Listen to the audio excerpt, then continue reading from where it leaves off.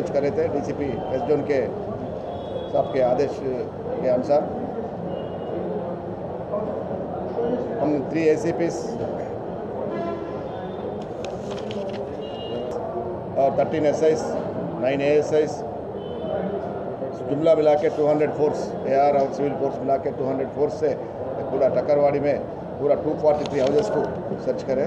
इसमें 32 two wheelers को वो डॉक्यूमेंट सही नहीं है, थोड़ा चालान पेंडिंग है, MVAC चालान पेंडिंग है, तो व्हीकल्स को सीज करें और पूरा वेरीफाई करने के बाद फर्दर एक्शन लेंगे।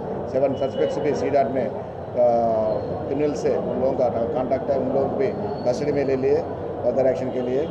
और फिल्ट्रेट्स भी आइडेंटिफाई करें, 17 फिल्ट्रेट्स बोले लोग मच्छर के बारे में, ड्रेनेज के बारे में और पुलिस पेट्रोलिंग के बारे में, चबूतर ऑपरेशन के बारे में बोले।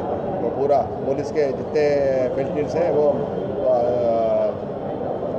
चालू करेंगे। और दूसरा डिपार्टमेंट को हम डीसीपी साहब की तरफ से लेटर लिख के वो प्रॉब्लम्स भी सॉल्व करने के लिए कोशिश करेंगे।